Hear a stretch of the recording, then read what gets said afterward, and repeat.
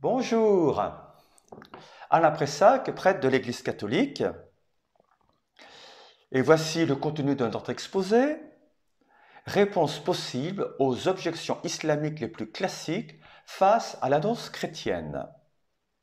En lien avec cette parole du premier pape, soyez toujours prêts à vous défendre contre quiconque vous demande raison de l'espérance qui est en vous, mais faites-le avec douceur et crainte. Première lettre de Pierre au chapitre 3. Cet exposé a déjà été fait pour le forum Jésus le Messie il y a 8 jours, mais la caméra est tombée en panne. C'est pour ça que je suis devant vous, mais là chez moi au presbytère. Certains peuvent s'étonner que nous nous occupions aujourd'hui plus spécialement de l'évangélisation des musulmans alors qu'elle est pour tous. Comme si nous faisions ici une fixation coupable sur un groupe particulier de personnes. On peut répondre qu'il y a la foire au vin, les salons du livre, de l'agriculture. On ne va tout de même pas reprocher aux gens qui aiment le vin de ne pas aller au salon du livre. Plus sérieusement, dans l'Église, il y a des formations pour les catéchistes, pour animer des groupes alpha, pour préparer des funérailles, pour entretenir sa foi. Et il n'y aurait donc aucune formation pour rencontrer nos frères en humanité que sont les musulmans? Ce n'est pas sérieux. D'autant plus qu'ils sont nombreux, très nombreux, à attendre la bonne nouvelle. Il s'agit ici de donner quelques pistes, toutes simples finalement, pour répondre aux objections que l'on peut nous faire. Elles tournent autour de 3 thèmes: la Bible, la personne de Jésus et la doctrine chrétienne. Pour un livre, nous aurions classé les objections en ordre, mais pour un exposé comme celui-ci, et pour varier, nous prendrons tour à tour les objections dans chacun des 3 domaines cités. C'est parti.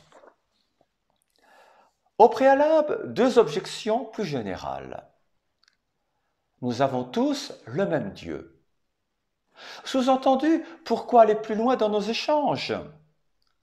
C'est une affirmation facile qui permet au premier abord de favoriser la bonne entente entre personnes de différentes religions.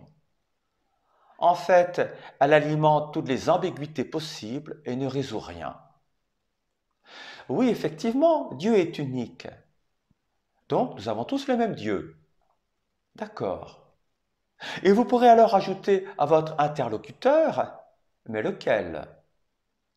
Lui vous dira bien sûr Allah, et vous, Dieu qui est Père, Fils et Saint-Esprit. Bien des mots du vocabulaire religieux sont piégés pour un dialogue islamo-chrétien authentique. Quand un musulman parle d'un croyant, vous pensez à toute personne qui croit et vous vous réjouissez. Pour le musulman, conformément à ce que dit le Coran, le croyant est exclusivement un musulman. Quand un musulman parle de la miséricorde d'Allah, vous pensez au pardon de Dieu pour tous et vous vous réjouissez. Or, pour le musulman, conformément à ce que dit le Coran, la miséricorde, ou plutôt l'ensemble des bienfaits de Dieu, est exclusivement pour les musulmans. D'ailleurs, dans le paradis d'Allah, n'accèdent que les musulmans sans exception. Vous avez beau être un abbé Pierre ou une mère Thérèse de Calcutta, pas musulman, pas de paradis. Conformément à ce que dit le Coran. Enfin, vous vous réjouissez quand un musulman dit, à juste titre, qu'il a beaucoup de respect pour l'évangile, l'Injil, et c'est vrai. De même pour la Torah. Seulement, le musulman ne pense pas aux 4 évangiles qui sont au fondement de notre foi. Il évoque l'évangile 1 et non pas 4, qui serait descendu sur Jésus au même titre que la vraie Torah sur Moïse ou le Coran sur Mahomet. Les Juifs et les chrétiens auraient ensuite falsifié les textes sacrés, comme si on n'avait pas peur de Dieu, et du coup, le musulman ne voudra guère aborder nos écritures. Deuxième et dernier préalable. C'est le Coran qui est la dernière et parfaite révélation de Dieu, d'Allah. Une question que l'on m'avait posée il y a déjà une trentaine d'années, quelle est donc la dernière religion révélée? La réponse attendue est l'islam. Pour que l'interlocuteur puisse me répondre, bien si c'est la dernière, c'est la plus aboutie. Eh bien non. Il y a eu bien d'autres fondateurs ou réformateurs de religion après Mahomet. En voici quelques-uns parmi les derniers. Joseph Smith, 19e siècle pour les Mormons. Charles Taze Russell, 20e siècle pour les témoins de Jéhovah. Donc, si vous voulez avoir, je dirais, la dernière religion, eh bien, patientez un petit peu. Je pense qu'un gourou va très prochainement venir. Voilà, comme au fil de l'histoire, il y en a toujours eu. Voyons maintenant une objection concernant la Bible. Les Juifs et les chrétiens ont falsifié la parole de Dieu. C'est une objection très importante à prendre en compte, car il ne sert à rien que vous citiez des passages bibliques si votre interlocuteur doute de leur crédibilité. Tout d'abord, dans le Coran, rien ne dit expressément que les Juifs et les chrétiens ont falsifié, faussé leurs écritures. Même si dans le Coran, les Juifs sont ceux qui ont encouru la colère d'Allah, Sourate 5, verset 60, et les chrétiens sont considérés comme des égarés, 5, 77. Le véritable argument islamique de la falsification de la Bible provient en fait de penseurs musulmans. Deux versets coraniques annoncent clairement, dans la Torah et l'Évangile, la venue d'un messager qui viendra après Jésus, dont le nom sera Ahmad, 61,6. Ou encore le prophète illettré, 757, sous-entendu le prophète de l'islam. Je vous donne les textes qui se trouvent sur ma droite. Rien de tout cela, bien sûr, dans notre Bible. C'est donc la preuve, pour les musulmans, qu'elle a été falsifiée. CQFD. Les musulmans considèrent qu'à l'origine, Ésaïe chapitre 42 et l'évangile de Jean chapitre 14 à 16 annonçaient la venue de Mahomet. Alors pourquoi je dis d'abord Mahomet et non pas Mohamed?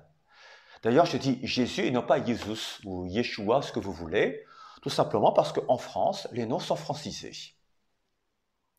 Regardons donc Ésaïe 42, qui sera le premier texte falsifié et que l'on pourrait vous présenter. Au chapitre 1, « Voici mon serviteur que je soutiens, mon élu qui a toute ma faveur. J'ai fait reposer sur lui mon esprit. Aux nations, il proclamera le droit. » Pour le musulman, pas de doute, il est question ici de Mahomet. J'invite alors votre interlocuteur musulman à continuer la lecture d'Ésaïe. Allons jusqu'au bout. Il est dit au chapitre 53 qui parle du même personnage. Verset 5. « Or, c'est à cause de nos révoltes qu'il a été transpercé. » Ah, Mahomet n'a pas été transpercé. « À cause de nos fautes qu'il a été broyé. Le châtiment qui nous donne la paix a pesé sur lui. Par ses blessures, nous sommes guéris. » C'est Jésus. Un peu plus loin, au verset 9. « On a placé sa tombe avec les méchants, son tombeau avec les riches, et pourtant il n'avait pas commis de violence, on ne trouvait pas de tromperie dans sa bouche. » Voyez, c'est Jésus qui est bien mort au tombeau. Ça n'est pas un sosie, comme le dit la tradition islamique. Et encore, un peu plus loin, au verset 12, il a été compté avec les pécheurs, alors qu'il portait le péché des multitudes et qu'il intercédait pour les pécheurs. Nous avons là le portrait très précis de Jésus, notre Sauveur, mort et ressuscité, mort pour chacun d'entre nous. Oui, Jésus le Christ est annoncé dans l'Ancien Testament des siècles avant sa venue. Et donc, le verset 42 au verset 1, ça n'est pas Mahomet, mais c'est Jésus. Prenons maintenant l'évangile de Jean, au chapitre 14 à 16, qui serait un autre texte falsifié. comme si on n'avait que ça à faire, nous les chrétiens, que de falsifier nos écritures. Comme si on n'avait pas peur de Dieu, comme si on n'avait pas peur du jugement de Dieu. On nous prend pour qui? Dans ces chapitres est rapporté le dernier discours de Jésus avant sa crucifixion et sa résurrection. Jésus promet à plusieurs reprises d'envoyer le Paraklétos, un terme grec qui donne en français le paraclet, le défenseur, l'avocat, terme très approprié pour le Saint-Esprit qui vient à notre secours. Or, les musulmans lisent en paraklétos en oubliant les voyelles qui sont annexes dans l'écriture arabe, le terme périklutos, qui peut dire célèbre, digne de louange, proche du sens du nom arabe Muhammad, Mahomet en français, signifiant le bien-aimé. L'accusation grave de falsification pour les chapitres 14 à 16 de l'évangile de Jean n'est pas crédible pour de nombreuses raisons. On peut en citer deux à la suite de celles que nous venons de montrer. L'existence de très nombreux papyrus reconnus, bien antérieurs à la diffusion de l'islam, dans lesquels apparaît exclusivement paraklétos avec bien les voyelles. On peut citer 3 manuscrits datant du 4e et 5e siècle qui recouvrent à eux trois toute la Bible, le Codex Alexandrinus et le Codex Sinaiticus qui se trouvent à la British Library de Londres, et le Codex Vaticanus conservé à la Bibliothèque du Vatican. Pour amener nos amis musulmans à réfléchir, nous pouvons tout simplement leur faire lire en Jean 14 les versets 16 et 17 en remplaçant à chaque fois le mot défenseur par Mahomet, si c'est lui qui est annoncé. Voilà ce que cela donne. Moi, je prierai le Père, c'est Jésus qui parle, et il vous donnera Mahomet, qui sera pour toujours avec vous. Mahomet, lui que le monde ne peut recevoir, car il ne le voit pas et ne le connaît pas. Vous, vous le connaissez, car il demeure, Mahomet, auprès de vous, il sera en vous. C'est ridicule, car Mahomet n'était pas auprès des disciples 7 siècles avant sa naissance, et il habite Mahomet en personne actuellement. Le propre souvent des musulmans qui ne connaissent pas la Bible, c'est de tirer un passage de celle-ci, de l'Ancien Testament, en lien avec le Coran, et dire, voilà, breu de décoffrage. Non, ça ne passe pas comme ça. Autant dans le Coran, le contexte, il est très simple finalement, alors que dans la Bible, il y a des dizaines de livres différents qui nécessitent de bien savoir quel genre littéraire nous avons à faire. Vous pourrez continuer la discussion en montrant que le triptyque Allah, Coran, Mahomet lance d'autres affirmations sans aucun fondement véritable. Le Coran mentionne par exemple l'existence de djinns, ni anges ni humains.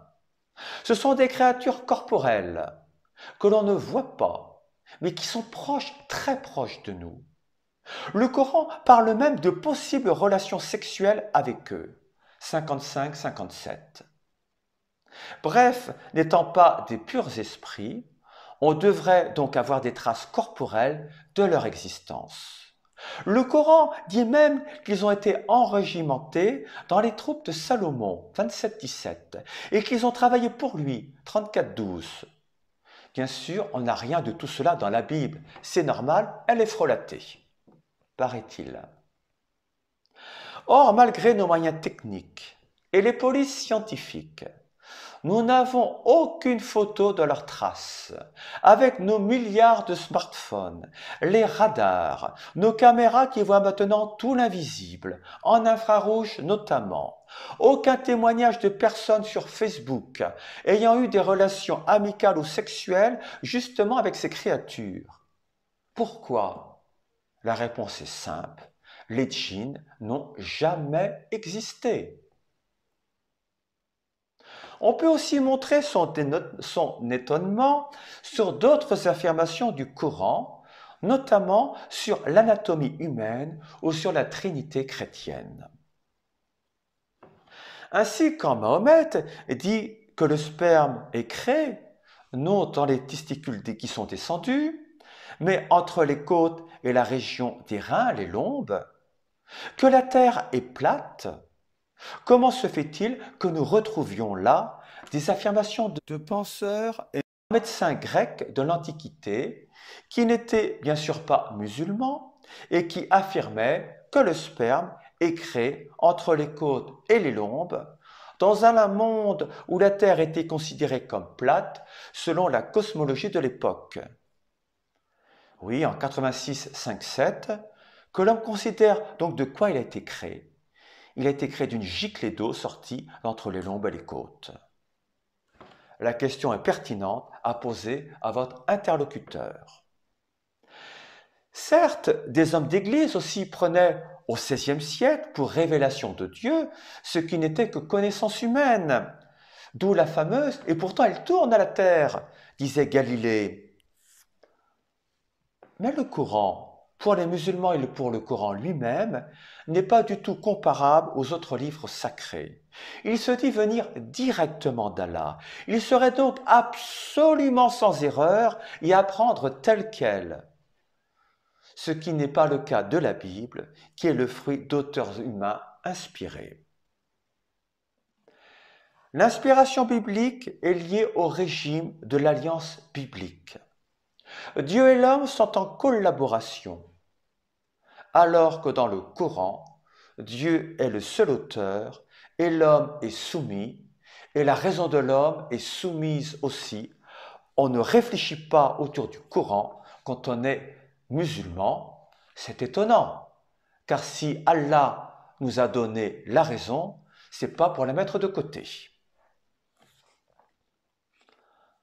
Enfin, pour clore nos réponses à la falsification supposée de la Bible, si les musulmans nous disent sans complexe que nous avons frelaté le message de Dieu, ils ne seront pas surpris et comprendront parfaitement que nous pouvons retourner leurs remarques avec la même délicatesse. Oui, comment se fait-il que le Coran a été entièrement mis par écrit que de longues années après la mort de Mahomet?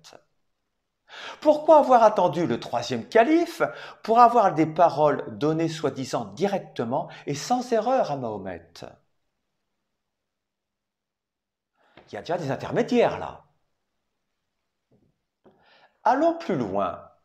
La tradition islamique nous a même légué de nombreux témoignages sur la perte de textes révélés. On peut noter les cas de la sourate 24, la lumière, et de la sourate 15, qui ont respectivement 64 et 99 versets, contre 100 et 190 à l'origine, d'après Régis Blacher, dans sa traduction reconnue du Coran. Il y a aussi des hadiths troublants, des textes reconnus par la tradition islamique qui posent question. Par exemple, il a été rapporté qu'Aïcha, une des épouses de Mahomet, on en reparlera plus tard, qui a dit « Les versets sur la lapidation et l'allaitement des adultes ont été révélés, et les feuillets étaient avec moi sous mon oreiller. Quand le messager d'Allah est mort, nous étions préoccupés par son enterrement, et un mouton est venu les manger. » Comment se fait-il que des versets du Coran révélés, qui viennent directement d'Allah, soient officiellement manquants, que certains ont été mangés même par des moutons, alors qu'Allah, selon le Coran, est garant de son authenticité et de sa conservation. D'après 15.9, en vérité, c'est nous qui avons fait descendre le Coran et c'est nous qui en sommes gardiens. C'est pas moi qui le dis, c'est Allah dans le Coran. Vaste question que la falsification des Écritures et du véritable auteur de celle-ci. Concernant Jésus, Jésus n'est pas le Fils de Dieu. Nous sommes bien d'accord, musulmans et chrétiens, pour dire qu'il ne peut pas avoir, venant de Dieu, une paternité charnelle au moyen d'une union sexuelle avec une humaine, comme c'est le cas dans les mythes païens. L'expression Fils de Dieu est à prendre au sens spirituel. Ce que les chrétiens affirment, c'est que le Verbe éternel, la parole de Dieu, est engendré, généré depuis toute éternité en Dieu. Cette parole s'est faite homme par la toute-puissance divine. Le Verbe s'est fait chair, nous dit l'Évangile, Jean chapitre 1, verset 1. Et cette chair, cet homme, c'est Jésus. Et en ce Jésus, il y a en même temps 100% de la nature humaine, Jésus est parfaitement homme, et 100% de la nature divine, Jésus est parfaitement Dieu. Et aucune de ces deux natures n'est mélangée, abaissée ou confondue. Elles sont présentes dans cet homme appelé Jésus. Ce qui explique que dans certains passages de l'Évangile, Jésus va parler en tant qu'homme. Le Père est plus grand que moi. Le Fils ne connaît pas la date de la fin du monde. Mais il va aussi faire des choses que seul Dieu peut faire. Il va dire aussi lui-même, Jésus, qu'il est Dieu. Jean 13, 19.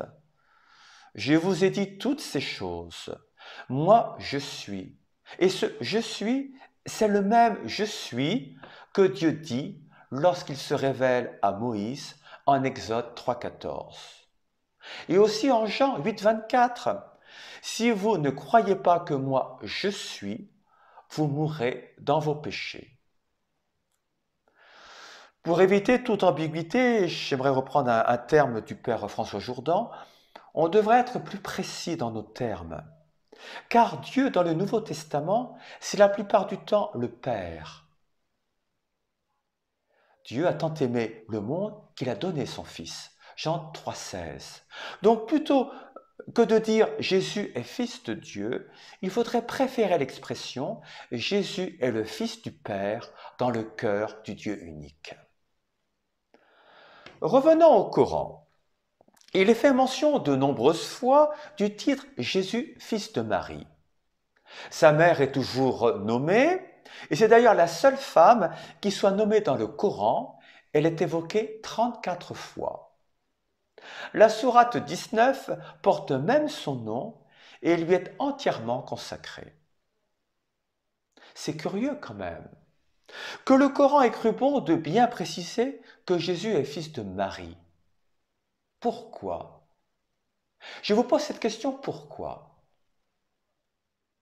Mais alors, du coup, comment se fait-il que le père de Jésus ne soit jamais mentionné?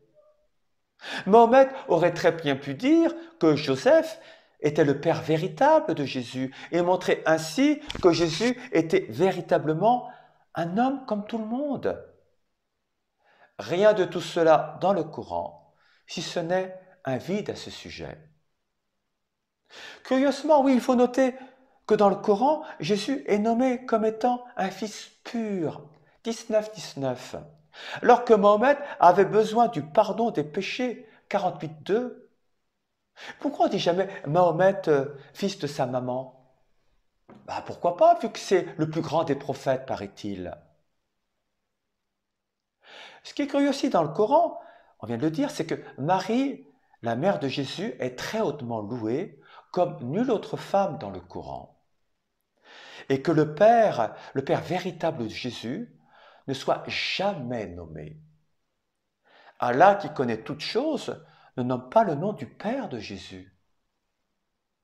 Si Jésus n'était pas le Fils de Dieu, qui donc est son Père que le Coran ne nomme jamais alors que sa mère l'est tout le temps?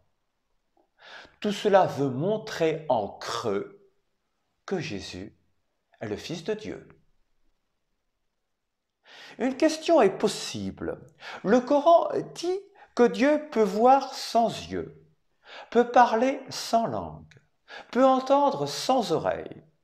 Si c'est le cas, il peut avoir un enfant sans coucher avec une femme. Douterais-tu de la puissance de Dieu? Oui, pourquoi cette naissance très spéciale de Jésus, où le Coran dit lui-même que Jésus est né sans père, mais d'un esprit. Si c'est simplement pour faire de Jésus un simple prophète moins important que Mahomet, pourquoi cette naissance extraordinaire voulue par Allah, par Dieu? Je répète à tous, ça je le dis, Allah veut dire en arabe Dieu. Ce n'est pas, je dirais, un nom qui est proprement pour Allah, le Dieu des musulmans. Allah veut dire en arabe Dieu. Concernant maintenant la doctrine chrétienne, pour moi c'est l'une des objections les plus importantes à prendre en compte. Pour accéder au paradis, il faut accomplir des bonnes œuvres qu'Allah récompensera. C'est beaucoup plus logique que Jésus se sacrifiant pour l'humanité en rachetant les péchés des hommes. L'homme n'a pas accès au paradis par la mort de Jésus. Les musulmans disent qu'il suffit d'être musulman et d'accomplir les bonnes œuvres instituées par Allah pour accéder à son paradis. Je m'excuse auprès d'eux, ce n'est pas ce que disent Mahomet et le Coran. Le prophète Mahomet lui-même déclare qu'il ignore ce qui lui arrivera. À une femme qui louait un défunt, Mahomet répondit « Cet homme, la mort l'a frappé, et je lui souhaite le meilleur au nom d'Allah. Par Allah, bien que je sois le messager d'Allah, j'ignore ce qui m'arrivera, tout comme toi. » On trouve aussi dans le Coran un verset confirmant l'incertitude de Mahomet sur sa destinée. « Je ne sais pas ce que l'on fera de moi, ni de vous. » En sourate 46, 9.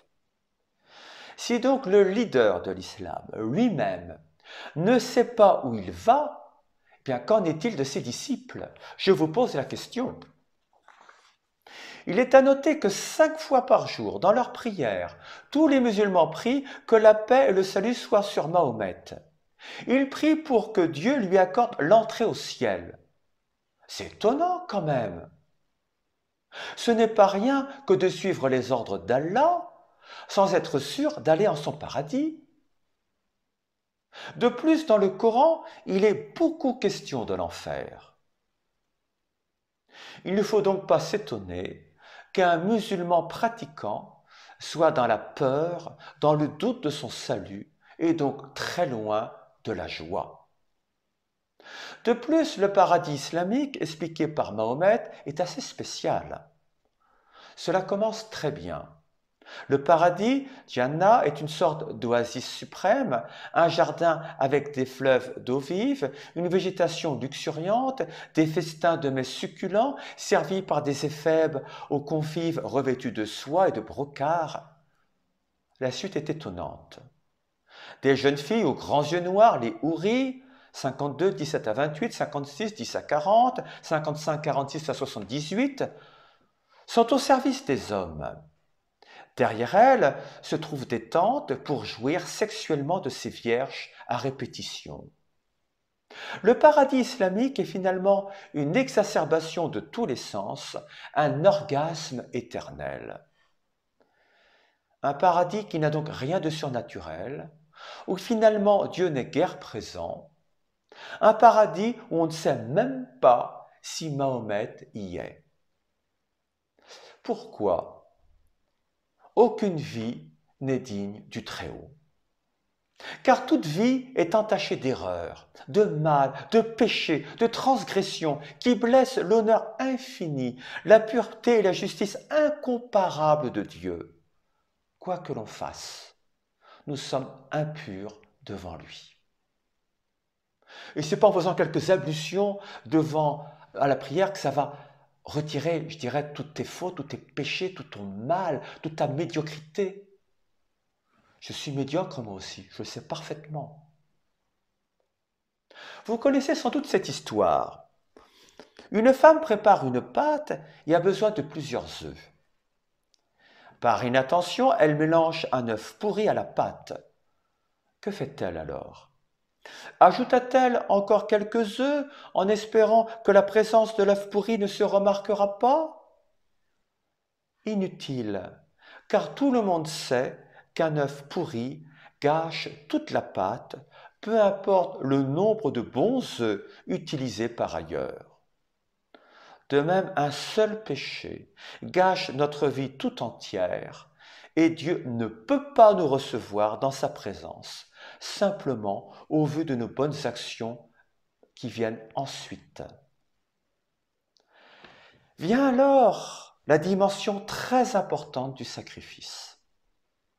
En islam, la fête du sacrifice, ou Eid el-Kébir, la grande fête, prévoit le sacrifice d'une bête, de troupeau, généralement un mouton, à partager avec ses proches et des pauvres, en mémoire de la soumission à Dieu d'Abraham, prêt à offrir son fils, Ismaël pour les musulmans, et auquel fut in extremis substitué un mouton. Mais pourquoi donc Dieu a-t-il demandé à Abraham de sacrifier son fils? Simplement pour éprouver sa foi, comme le disent les musulmans? Si c'était vrai, Dieu en serait resté là. Et il n'y aurait pas eu un mouton en substitution au sacrifice du fils. Oui, pourquoi donc Dieu a maintenu le sacrifice d'un animal si c'était uniquement pour éprouver Abraham? C'est une question à bien poser à votre interlocuteur. Il faut savoir qu'il y a des sacrifices dans toutes les religions. L'homme dans toutes les religions a toujours voulu se racheter pour retrouver la pleine communion avec Dieu par des sacrifices.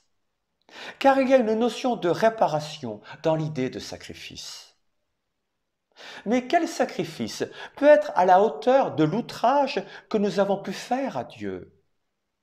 On peut bien dire pardon à Dieu, d'accord, mais cela ne répare rien. Croyez-vous qu'un pauvre animal, quelques kilos de viande que vous avez sacrifié, que vous avez égorgé, va racheter vos affronts devant Dieu? C'est comme si vous défonciez une voiture et offriez des bonbons au chocolat au propriétaire en guise de réparation. C'est ridicule. Nous sommes au cœur du problème. Tout péché est une offense extrême faite à Dieu. Pour nous, chrétiens, Dieu est tellement le Très-Haut que seul Dieu lui-même peut racheter les affronts qu'on a pu lui faire. C'est pour cela que le Verbe éternel, venant du Père des cieux, est venu sur terre en s'incarnant en Jésus, vrai Dieu et vrai homme. Je vous rappelle que Jésus est aussi la parole de vérité pour vous les musulmans. En 1934, tel est Isha, fils de Marie, parole de vérité dont il doute. Musulmans comme chrétiens, ne doutons pas que Jésus est la parole de vérité. Pour nous chrétiens, le don de Jésus de sa vie, librement, donné librement comme sacrifice, est l'offrande parfaite que Dieu peut accueillir. Car Jésus, en plus d'être homme, est Dieu, venu nous rejoindre et assumer nos fautes aux yeux de Dieu. Si donc tu veux être agréable à Dieu, il s'agit de lui donner le seul sacrifice qu'il a créé, Jésus le Sauveur. Il s'agit pour toi d'accepter Jésus dans ta vie, dans ton cœur, d'offrir à Dieu tout au long de ta vie Jésus qui a donné sa vie pour toi.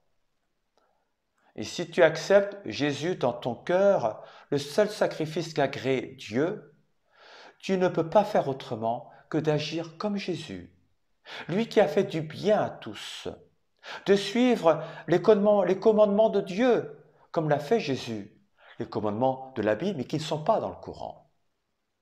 Nous faisons de bonnes œuvres, non pour mériter le paradis, mais en remerciant Dieu pour son amour, en laissant agir Jésus en nous. Et effectivement, un chrétien qui ne fait pas de bonnes œuvres a de grands risques de ne pas aller au paradis. Non pas parce qu'il ne fait pas de bonnes œuvres en soi, mais s'il ne fait pas de bonnes œuvres qu'il pourrait faire, Cela signifie surtout qu'il n'a pas Jésus en lui, qu'il l'a sauvé par son sacrifice et qu'il lui a donné l'Esprit Saint pour agir comme lui. Sache que la messe des chrétiens est le sacrifice parfait où Jésus se donne au Père pour notre salut, notre guérison. Et l'épisode du sacrifice d'Abraham en était la préparation. Voilà sans doute une question à poser. Dieu fait alliance avec les hommes. Il s'engage pour tous les hommes qui acceptent Jésus comme sauveur à ouvrir son cœur. Alors qu'en islam, la seule expression en vigueur est Inch'Allah, autrement dit si Dieu le veut. Alors toi, musulman, es-tu sûr de ton salut? Car en islam, rien ni personne ne vient véritablement racheter ce que tu as fait de mal. Concernant maintenant la Bible, vous dites que le Coran est violent, mais la Bible l'est tout autant. Il y a violence et violence. Les journaux d'information sont aussi parfois choquants, parce que les événements de la vie le sont souvent. Certes, la violence est présente dans la Bible. On la raconte, on la décrit. Elle exprime parfois un moment historique, limité dans le temps et l'espace. Ce n'est aucunement une obligation universelle et pour tous les temps, comme le fait Allah, à combattre les infidèles qui ne sont que souillures. 9, 28. Concernant les croisades, alors ça c'est la tarte à la crème. Prétendre qu'elles sont l'équivalent chrétien du djihad est un raccourci totalement abusif. Les croisades, avec ces dérapages, c'est vrai, sont un événement ponctuel de la chrétienté, qui n'est pas le christianisme, mais une période historique de celui-ci, alors que le djihad armé est une constante de l'histoire de l'islam, car il est inscrit, quoi qu'on en dise, dans le Coran. Si l'on vous dit le contraire, on vous ment. Oui, il est arrivé dans l'histoire du christianisme que des guerres aient été menées à tort au nom de la religion. Les responsables de ces guerres invoquaient leur foi, leurs sentiments religieux pour les justifier. Mais en aucun cas, il faut le dire, en aucun cas les écrits originaux et la théologie chrétienne ou judéo-chrétienne n'ont prescrit la violence et la guerre comme un devoir religieux, à la différence du Coran et des hadiths. On ne dira jamais assez que le but des croisades était au départ défensif. Il s'agissait de voler au secours des chrétiens persécutés par l'islam sur une terre sur laquelle ils étaient présents bien avant la naissance même de Mahomet et dont les libertés, les biens et les terres leur avaient été dérobés. C'est une réalité. De plus, la conquête de la Palestine par les Turcs rendit la situation invivable et les pèlerinages réautorisés entre-temps furent à nouveau proscrits. Impossible aux chrétiens d'aller visiter leur propre lieu saint comme auparavant. Est-ce acceptable cela aussi? Un autre point fort très embarrassant dans l'islam est que l'appel à la prière et l'invitation au meurtre est le même. Allahu Akbar. En fait, il ne faut pas comparer la Bible et le Coran, qui n'ont pas du tout le même statut, la même histoire et la même fonction. Il faut plutôt comparer la parole de Jésus avec celle de Mahomet et tout s'éclaire. Car le chrétien est d'abord un disciple de Jésus-Christ. Il est disciple d'une personne, le Verbe de Dieu qui s'est fait chair, et non d'un livre, et non de la Bible en tant que telle, qui a été rédigée sur des siècles et qui préparait au Christ. Bien sûr, la Bible est très importante pour le chrétien. L'Ancien Testament et le Nouveau vont ensemble. Mais soyons bien clairs, le chrétien est disciple de Jésus. C'est un chrétien et non un biblien. Alors que le musulman est tenu de suivre tout le livre du Coran, sans oublier bien sûr la Sunna et la Charia, et plus particulièrement les versets coraniques les plus récents, qui sont violents et qui abrogent les plus doux. Une question à poser à votre interlocuteur musulman. Vous comparez donc le Coran et la Bible au sujet de la violence? Très bien. Mais où trouve-t-on alors dans le Coran, au fil du temps, la pédagogie de Dieu à aimer et à renoncer à la violence, comme c'est le cas dans la Bible au fil de sa rédaction, avec le message d'amour et de vérité de Jésus en point d'orgue?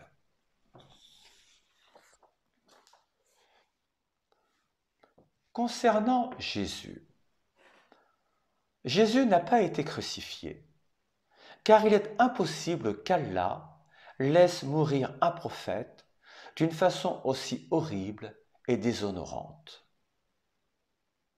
Mais au fait, quel musulman était donc là, 6 siècles avant la naissance de Mahomet, pour savoir ce qui s'est réellement passé? Quelle preuve historique avance-t-il pour justifier la négation de la mort de Jésus en croix? De plus, le Coran affirme que les prophètes qui ont précédé Jésus ont bien été persécutés et tués. 261, 312, 570. Alors pour quel motif il aurait été indigne que Jésus, un envoyé de Dieu aussi, l'envoyé par excellence de Dieu, ne soit pas persécuté et mort crucifié? Comment se fait-il qu'il aurait été indigne pour Jésus de mourir sur une croix et qu'Allah aurait alors protégé en mettant un sosie à sa place, ce qu'affirment les musulmans, et qu'il n'a rien fait pour Mahomet, le laissant mourir de manière humiliante? Une simple femme, qui vaut moins qu'un homme dans le Coran, a été plus forte que lui. Cette cuisinière de la ville de Kébar a simplement mis du poison dans son repas. C'est quand même vraiment pas très glorieux. Enfin, il y a un signe de Dieu pour les musulmans, aussi concernant Jésus mort sur une croix et ressuscité. C'est l'existence du Sanctuaire de Turin, où aucun scientifique n'a pu donner une explication naturelle à cet événement surnaturel. J'invite les musulmans à consulter Internet sur ce très beau sujet.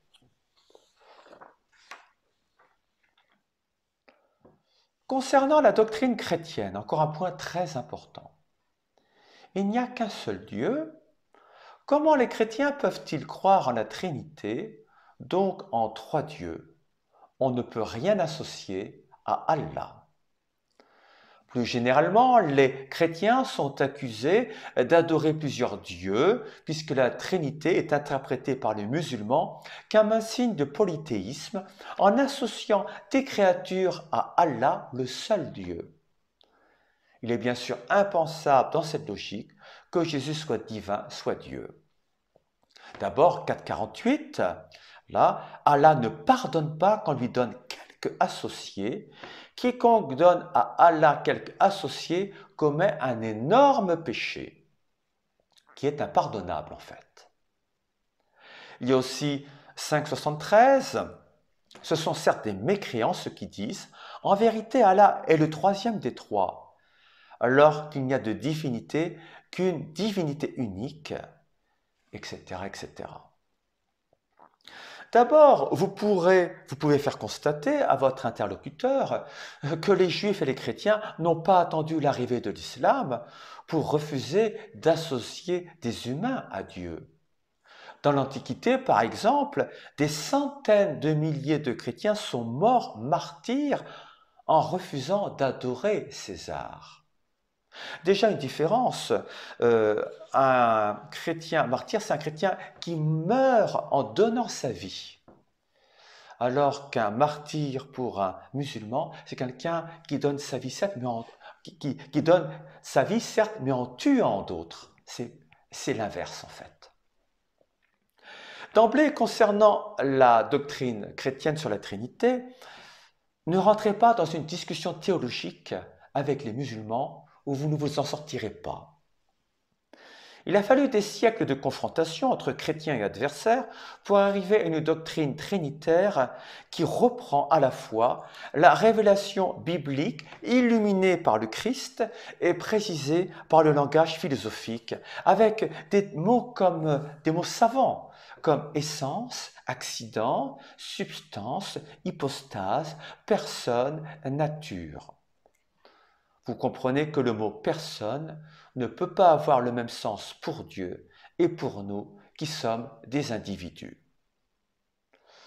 Pour reprendre l'objection apparemment très convaincante, vous dites au nom du Père et du Fils et du Saint-Esprit, soit une personne, puis une deuxième, puis une troisième, et vous dites qu'ils ne sont pas trois, mais un. Quoi répondre? Pas facile a priori. Sans entrer dans la théologie, dans notre monde, déjà, il existe des réalités où plusieurs personnes n'en font qu'une. Oui, déjà ici sur notre terre. Oui, ce ne sont certes pas des personnes humaines, de même que le Père et le Fils et le Saint-Esprit, dans la Trinité, ne sont pas des personnes humaines non plus.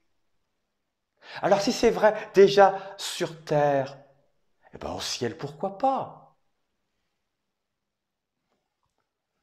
Prenons la société Airbus, par exemple.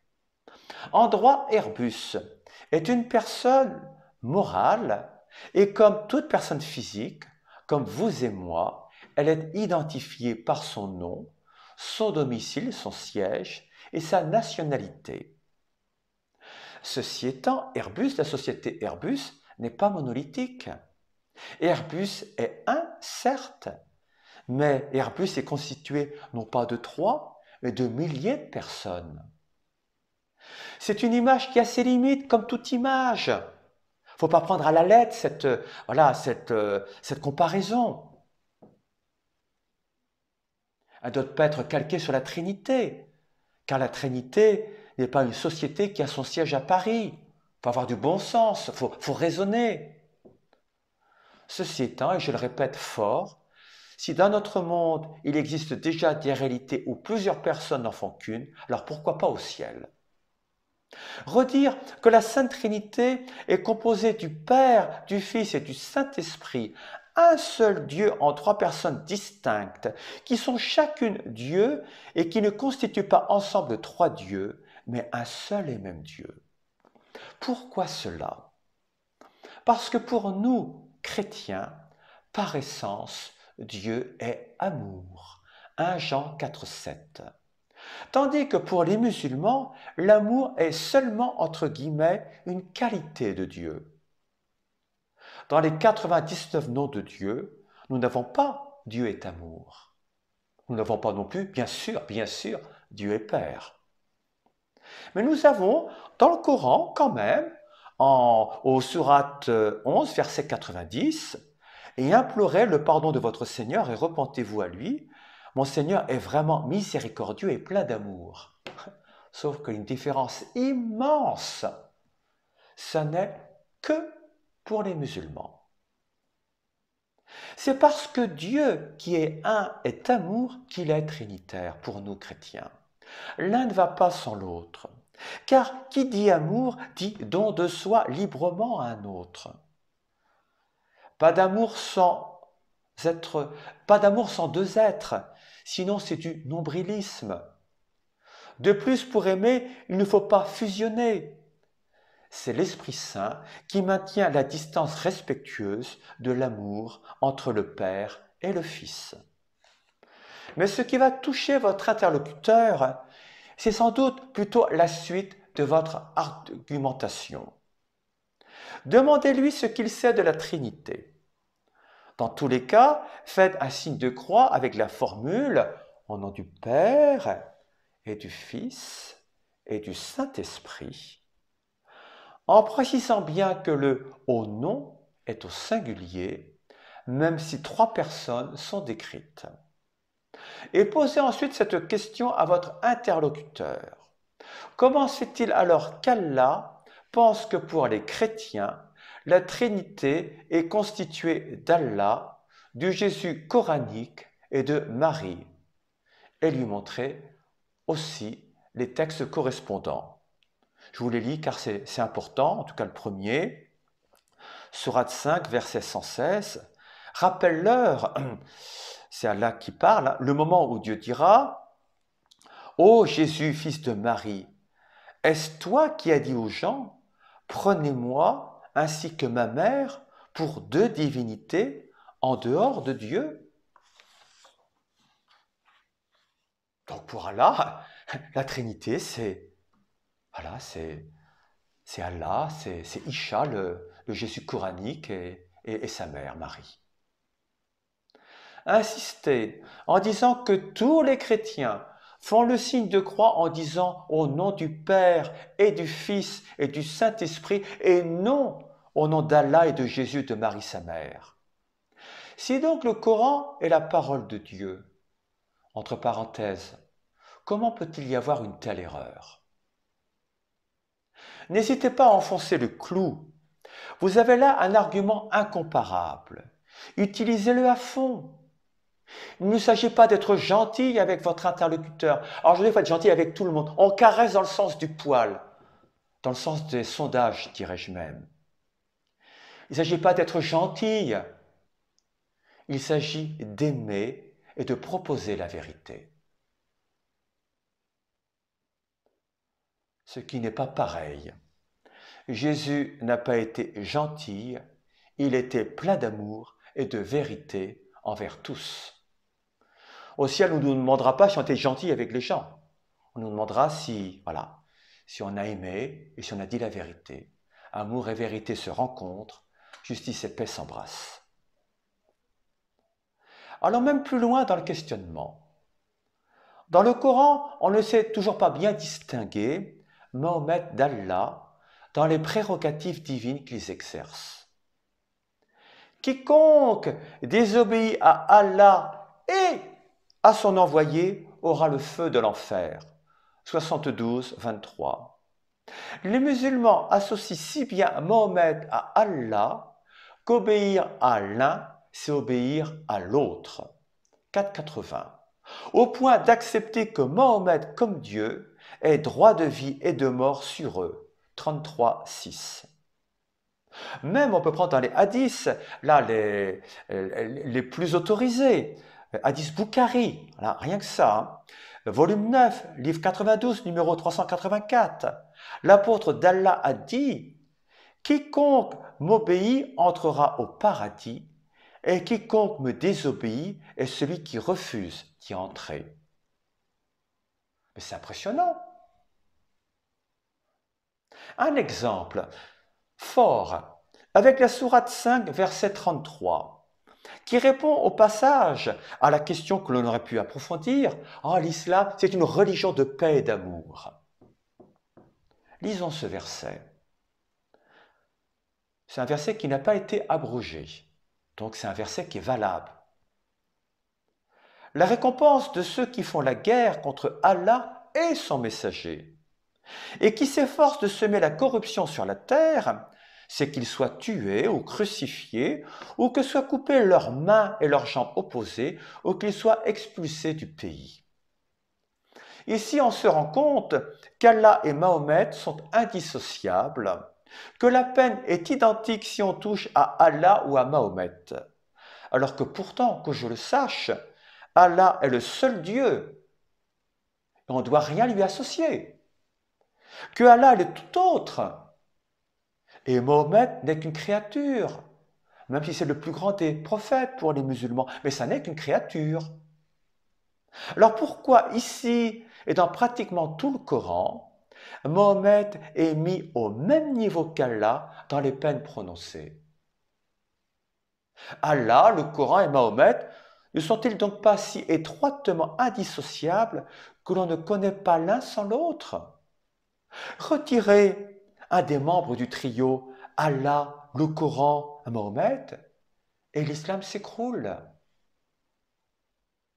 Enfin, comment peut-on critiquer les chrétiens d'associationnistes quand ils disent qu'au ciel Dieu est un et à la fois trois, parce que Dieu est amour, alors que pour les musulmans, au ciel depuis toujours, ils sont au moins deux. Allah est le livre éternel qui donnera plus tard le Coran. Oui, pourquoi dire à tort que certains sont associationnistes et pas d'autres? Concernant la Bible, pourquoi rejetez-vous l'évangile selon Barnabé ou Barnabas qui se rapproche du Coran? Bien des passages du Coran sont tirés d'évangiles apocryphes, c'est-à-dire non reconnus dès le départ par l'Église.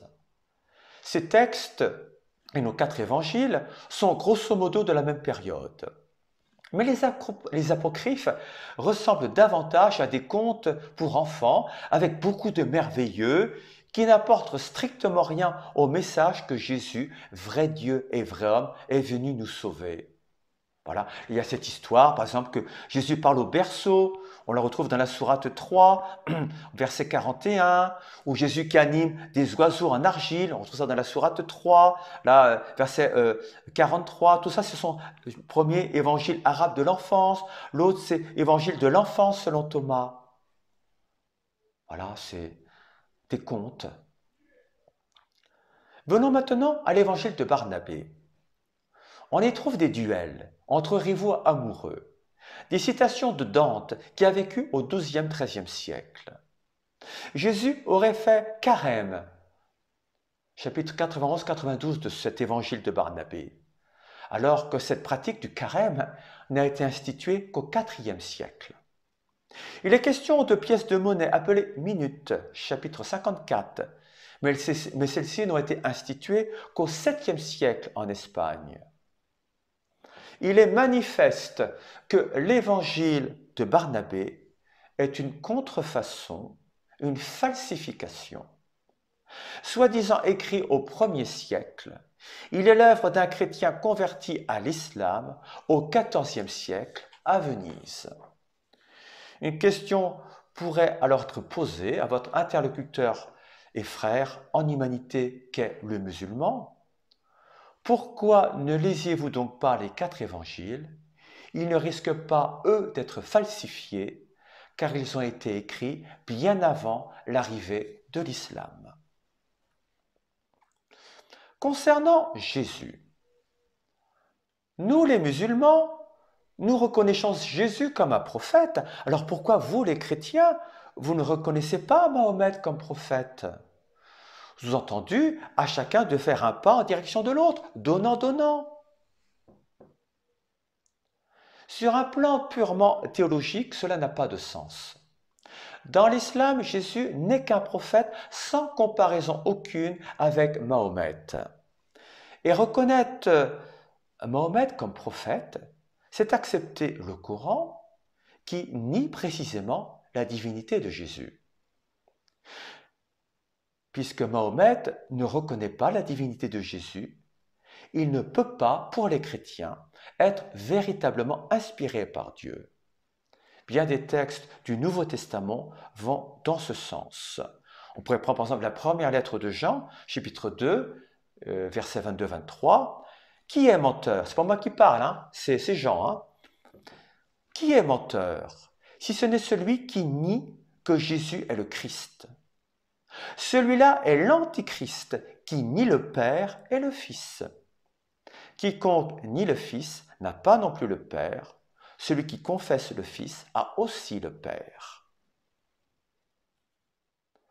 Il y a aussi ce passage important, première lettre de Jean, voilà, chapitre 4, versets 2-3. Bien-aimés, ne croyez pas à tout esprit, mais éprouvez les esprits pour voir s'ils sont de Dieu, car plusieurs faux prophètes sont venus dans le monde. Reconnaissez l'Esprit de Dieu à ceci. Tout esprit qui confesse Jésus-Christ venu en chair est de Dieu, et tout esprit qui ne confesse pas Jésus-Christ venu en chair n'est point de Dieu.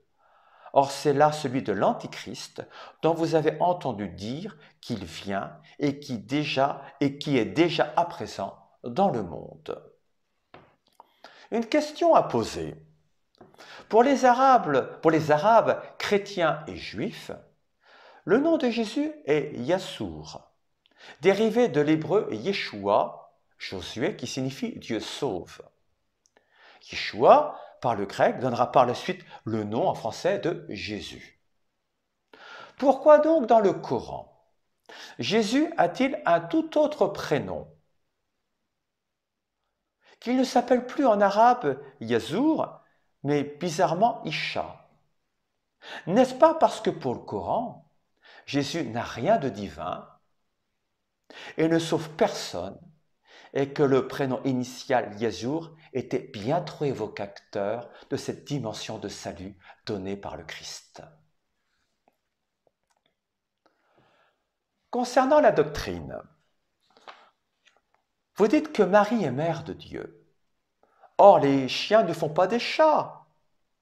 Marie est donc bien une déesse pour vous. C'est bien la preuve que vous associez des créatures à Allah. C'est un point d'autant plus important que pour nous, catholiques, mais je pense aussi aux coptes, je pense aussi aux orthodoxes, voilà, Marie est mère de Dieu. Pour faire bref, vous le savez, la formule Marie, mère de Dieu remonte au moins au IVe siècle et fut utilisée notamment dans les conciles œcuméniques de l'époque, dans un contexte de controverse théologique autour non pas de l'identité de la Vierge Marie, mais de celle de Jésus-Christ. On aurait écrit simplement que Marie est mère de l'homme Jésus. Effectivement, Marie n'aurait pas été perçue par certains à tort comme une déesse. Mais la formule aurait insinué, ce qui aurait été bien plus grave, que Jésus, vrai Dieu et vrai homme, n'était pas divin dès sa conception, que le Verbe éternel auprès du Père ne s'est pas vraiment fait homme.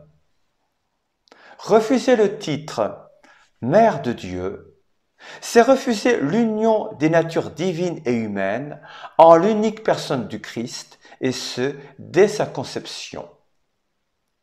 On peut reprendre l'épisode de la visitation de Marie enceinte à sa cousine Élisabeth.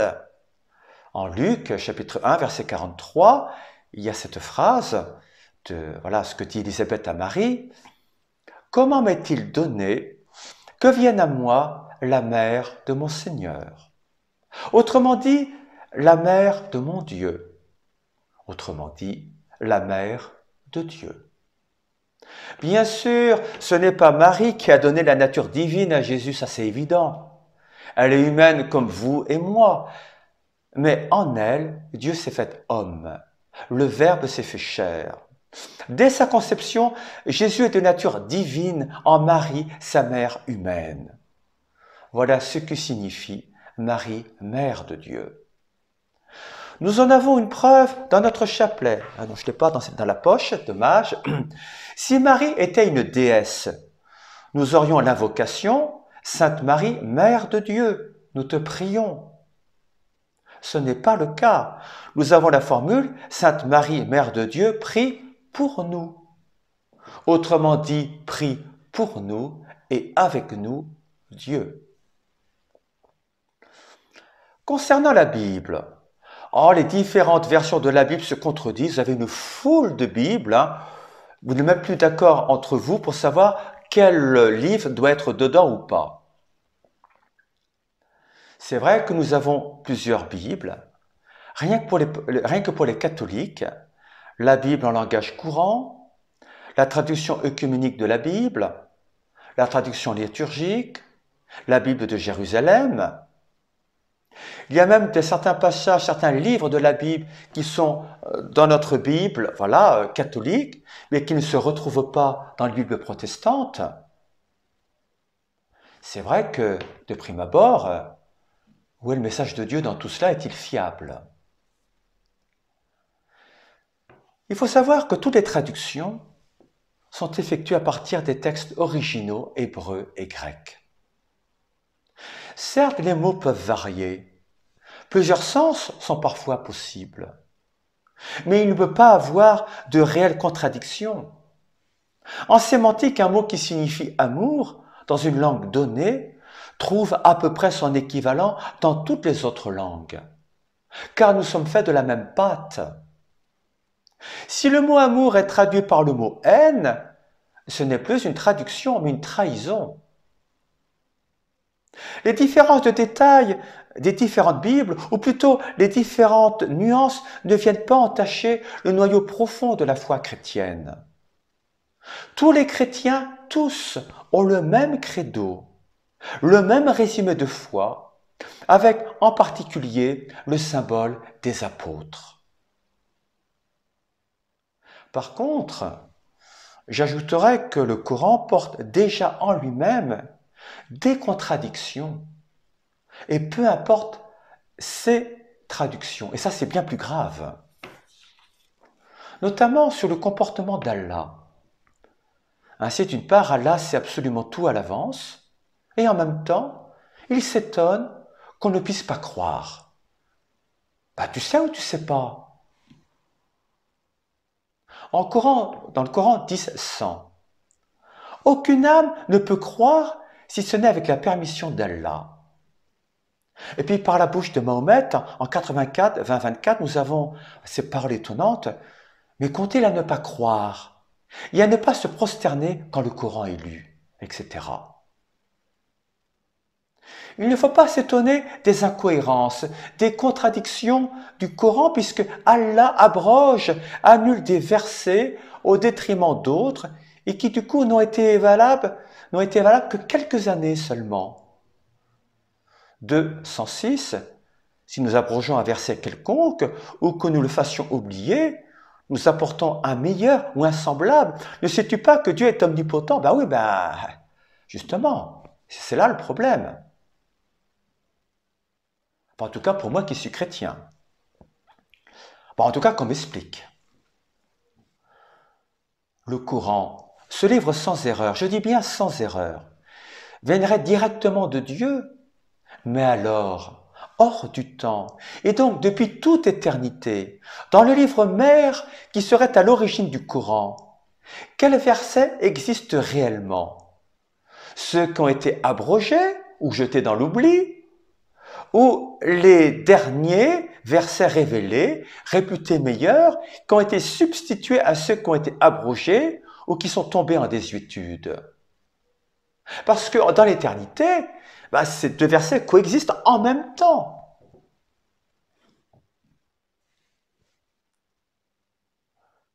Enfin et surtout, comment se fait-il que les versets abrogés soient toujours sans exception remplacés par des versets plus violents, voire haineux, envers les mécréants, les non-musulmans, quand Mahomet était dans un rapport de force qui lui était alors favorable. Comment se fait-il, par exemple, que les versets où Mahomet était en position défavorable, les versets violents, ne soient pas dits alors qu'il était à la Mecque? Le problème, c'est que s'il avait dit son message, il n'aurait été pas du tout, mais pas du tout accepté. Donc il y a un rapport quand même étroit, il me semble, entre ces versets soi-disant éternels et je dirais, et puis les conditions, la manière dont a pu vivre Mahomet sur cette terre. Concernant la doctrine, c'est votre Saint Paul qui est le véritable fondateur du christianisme et non le Christ comme vous le prétendez. Dans le Nouveau Testament, c'est vrai, qui comporte 27 lettres ou épîtres, évangiles compris, nous en comptons 14 de Saint Paul. N'est-ce pas la preuve que Saint Paul est le grand falsificateur et le vrai fondateur du christianisme et non pas Jésus? Tout d'abord, ce n'est pas du tout ce que dit Paul de lui-même. Il dit qu'il est un serviteur, un messager et que le seul médiateur entre Dieu et les hommes, c'est Jésus-Christ, dans la première lettre à Timothée. Deuxièmement, on voit bien que Paul n'est pas un chef de secte solitaire qui travaille de lui-même, un gourou profiteur qui a X femmes, qui a beaucoup d'argent, etc. Mais quelqu'un qui a annoncé Jésus, la parole de Dieu, en collaboration avec d'autres apôtres et en particulier avec Pierre. Ce que j'ai reçu, je vous le donne. Première lettre aux Corinthiens. Il ne s'invente pas lui-même. Il n'invente pas une doctrine. Il est un transmetteur. Il transmet un enseignement. Troisième et dernier point. L'enseignement de Paul est en continuité directe avec l'enseignement de Jésus et avec celui des apôtres. Deux exemples très précis. Oui, Paul enseignait la divinité de Jésus-Christ, mais celle-ci a été enseignée par Jésus-Christ lui-même et par l'apôtre Saint Jean. Nous l'avons vu tout à l'heure. Sur la loi de Moïse, Paul, oui, a bien abandonné certaines prescriptions de la loi de Moïse, mais le premier qui est invité à le faire, c'est Jésus lui-même. Voilà ce que dit Jésus en l'évangile selon saint Matthieu. Ce qui rend l'homme impur, ce n'est pas ce qui rentre dans sa bouche, ce n'est pas le cochon que l'on mange, mais ce qui sort de sa bouche, de son cœur. C'est le mal moral qui naît dans le cœur. Avec les mêmes arguments contre saint Paul, on pourrait répondre que c'est Mahomet qui est le véritable fondateur de l'islam, du Coran, et non le vrai Dieu, puisque tout, absolument tout en islam, repose sur un seul homme, Mahomet. Concernant la Bible, vos différents évangiles montrent que le vrai évangile, l'unique évangile dont parle le Coran, a été modifié, falsifié.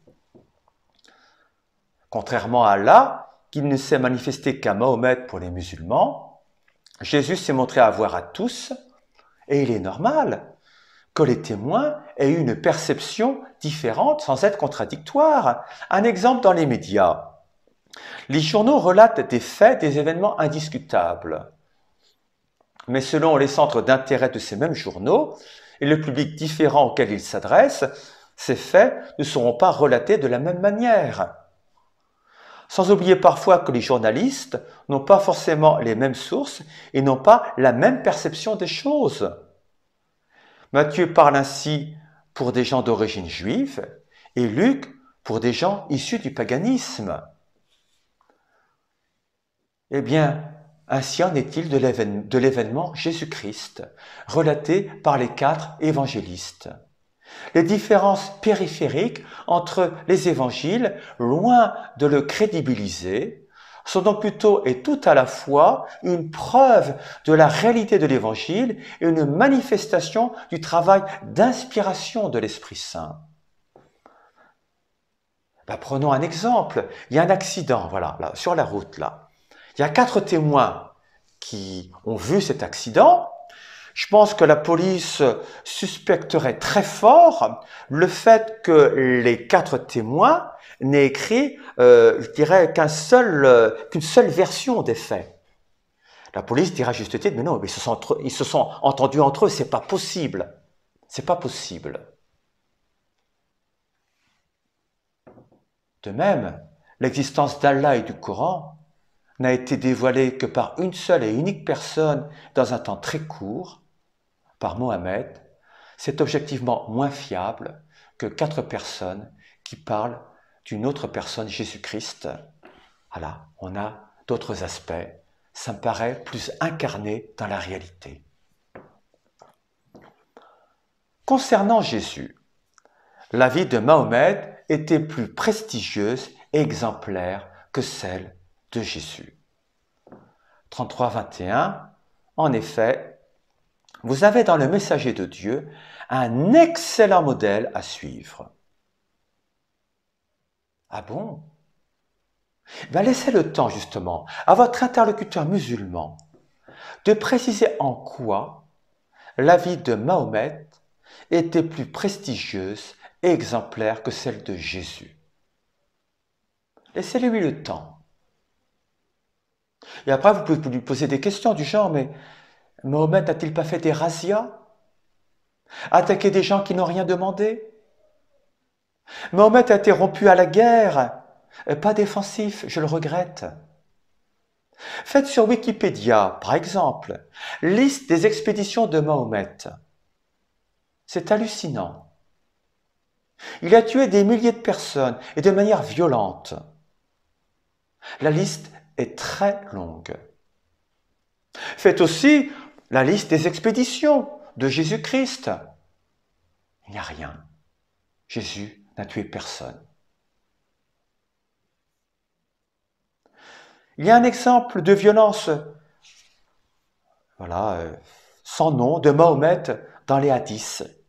Là, je vous lis celui-là, ça m'a beaucoup marqué.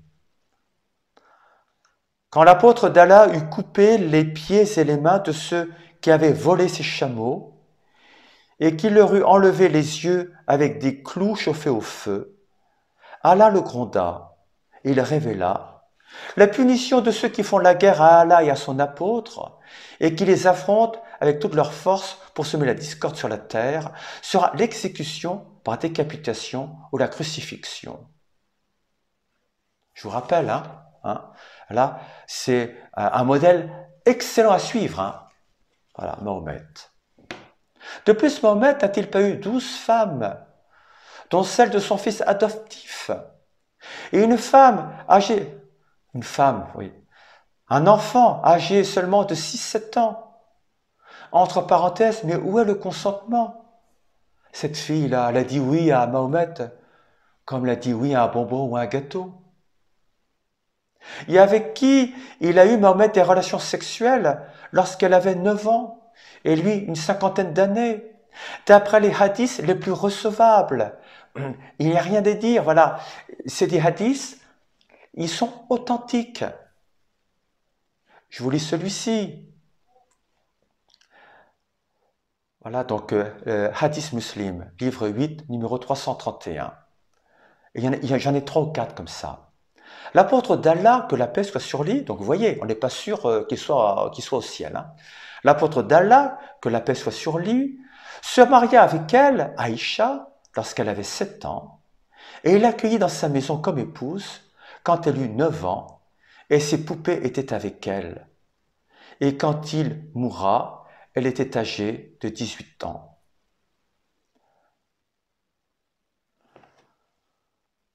Je sais bien que bien des personnes qui se disent chrétiennes ont fait des choses qui ont sali l'Église, qui ont sali l'image du Christ. Nous savons aussi qu'il y a bien des personnes musulmanes qui se disent musulmanes et qui sont formidables et qui ont un cœur aimant. Mais ceci étant dit, tant qu'à choisir, entre Mahomet et Jésus comme modèle de vie, de croyant, je préfère, et de loin et sans hésitation, le Christ Jésus, pur, aimant tout le monde, aimant Dieu, lui qui est pour moi le chemin qui mène à Dieu. Enfin, pour terminer, une objection concernant la Bible, j'ai appris des choses, là, en étudiant cette question. Le prophète Mahomet est clairement annoncé dans la Bible et vous le refusez. Nous venons de voir que la Bible n'a jamais été falsifiée avec des arguments historiques et de vocabulaire, que les affirmations du Coran à ce sujet ne reposent que sur des auto-justifications sans preuve tangible. Il n'en reste pas moins vrai que la Bible fait clairement référence à un prophète qui doit venir et qui ne peut être que Mahomet pour les musulmans. N'étant pas falsifié, nous pouvons maintenant répondre à ces objections par la Bible elle-même. D'abord, ce passage de l'Ancien Testament, Deutéronome 18, 18. Dieu dit à Moïse, « Je ferai surgir pour eux, du milieu de leurs frères, un prophète comme toi. Je mettrai mes paroles dans sa bouche et il leur dira tout ce que je lui ordonnerai. » N'est-ce pas Mahomet? La réponse est donnée par Jésus lui-même en Jean 5, 46, 47. Voilà ce que dit Jésus. En effet, si vous croyez Moïse, vous me croiriez aussi, puisqu'il a écrit à mon sujet. Mais si vous ne croyez pas à ces écrits, comment croirez-vous à mes paroles? Dans le Nouveau Testament, dans l'évangile de Jean notamment, des pharisiens demandent à Jean le Baptiste qui il est. Ils continuèrent de l'interroger en disant « Si tu n'es ni le Christ, ni Élie, ni le prophète, pourquoi baptises-tu » Jean 1, 25. Il est question ici d'un prophète. Le prophète qui est différent du Christ. Donc là, au moins là, ne serait-ce pas une allusion à Mahomet? Car là, c'est trois personnes différentes, Christ, Élie, le prophète. À la suite de tout ce que nous venons de dire, bien sûr que non. Mais il est bon quand même de savoir qui est ici ce prophète. La réponse est donnée par saint Thomas d'Aquin, docteur de l'Église. Dans son commentaire de l'évangile de saint Jean, au chapitre 1, le Verbe s'est fait chair, au numéro 233. Je vous rappelle que Thomas d'Aquin a beaucoup écrit pour justement répondre aux objections des musulmans. Donc, je ne suis que de très très loin une très très pâle copie de ce très grand saint, très intelligent, très érudit. Voilà ce que dit saint Thomas d'Aquin. Les pharisiens en voulaient à Jean le Baptiste parce qu'il s'était attribué le ministère du baptême en dehors de la loi et des traditions juives. Et dans l'Ancien Testament, seuls trois personnages avaient l'autorité nécessaire pour baptiser. Le Christ, à qui Ézéchiel fait dire « Je répandrai sur vous une eau pure et vous serez purifiés » Ézéchiel 36, 25. Élie, qui d'après le deuxième livre des rois, 2 Rois 2.8, partagea les eaux du Jourdain et les ayant passées fut enlevé. Et Élisée, qui selon le même livre, 2 Rois 5, 8, 10, ordonna à Naaman le Syrien de se laver 7 fois dans le Jourdain pour être purifié de sa lèpre. Élisée est appelé le prophète d'une manière spéciale à cause de nombreux miracles qu'il a faits. Il dit du reste, en parlant de lui-même, que le roi d'Israël sache qu'il y a un prophète en Israël.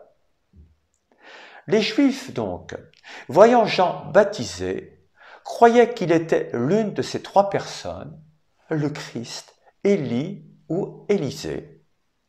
Donc, hormis pour ce dernier exemple, pour les chrétiens, le prophète par excellence dont parle Moïse et l'Évangile, c'est bien Jésus, confirmé par lui-même et non Mahomet. Mais cela, les musulmans ne peuvent l'entendre, car ils sont persuadés, puisque le Coran l'affirme, que l'Évangile a été falsifié. En conclusion, nous avons exclusivement vu ici les réponses intellectuelles possibles que l'on peut donner aux objections faites au christianisme. Les objections sont parfois violentes et rien n'empêche de répondre au tac au tac, en posant des questions qui vont amener, et c'est très important, votre interlocuteur à réfléchir ensuite. Voilà, l'Esprit Saint va le travailler. Voilà, s'il est ouvert justement à l'Esprit de Dieu, mais il n'y a aucune raison, au contraire. Bien sûr, un minimum de discernement basé sur le respect et la charité est un préalable si la motivation première est le dialogue. Pour reprendre le psaume 85:11 que j'ai pris tout à l'heure rapidement, « Amour et vérité se rencontrent, justice et paix s'embrassent ». Au fond, le premier devoir pour un dialogue fructueux et vrai est la prière avant, pendant et après, pour que l'Esprit Saint puisse véritablement faire son travail. Voilà, donc en amont, bien sûr, pendant et en aval. Favoriser la rencontre personnelle avec le Christ, lui qui a dit « Je suis le chemin, la vérité et la vie. Personne, on entend bien, personne ne va au Père si ce n'est par moi. Jean 14, 6. Amen. Gloire à Dieu.